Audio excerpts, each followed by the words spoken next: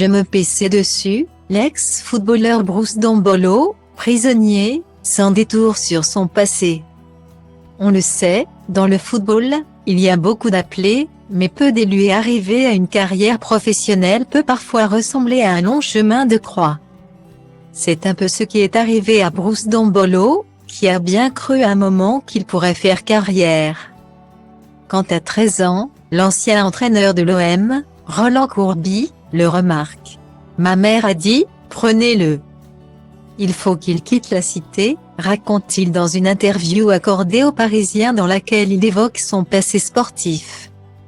Mes projets, c'était soit footballeur soit caïd. On voyait les grands, leur charisme. J'avais grave ce fantasme d'entrer en prison, poursuit le natif de Marseille, âgé de 37 ans. Recruté par l'AOCR du légendaire Giroud, Bruce Dombolo est même présélectionné en équipe de France des moins de 16 ans. Mais son attitude n'est pas compatible avec la pratique du sport de haut niveau. Giroud m'a convoqué parce que je m'étais fait attraper en sortant de boîte. Il m'a dit que c'était la seconde fois qu'il voyait un joueur pour ce motif. La première, c'était Eric Cantona. Toi, je sens que tu vas finir en prison.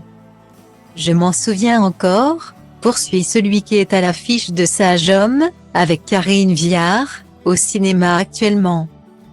Une carrière qui ne va jamais décoller et après des essais en Italie et en Espagne. Il rentre à Marseille, où il se met à braquer des bijouteries. Mon collègue était armé. Pas moi, assure-t-il. Bruce Dombolo se fait attraper pour ses méfaits et il est condamné à de la prison. Où les relations entre prisonniers sont compliquées. Pour s'en sortir en détention, il faut être un loup. Moi, je suis un nounours à la base. Je me paissais dessus. Le plus peureux, détaille l'acteur, avant de poursuivre, j'avais une carrure. Je me suis fait passer pour un loup, mais après il faut assumer. Tout est servi sur un plateau, on te propose des plans. Guillemets.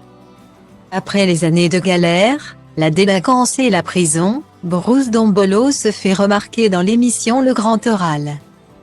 Animé par Laurent Ruquier sur France 2. Il atteint les demi-finales et depuis, il se fait repérer et enchaîne les rôles au cinéma et à la télévision.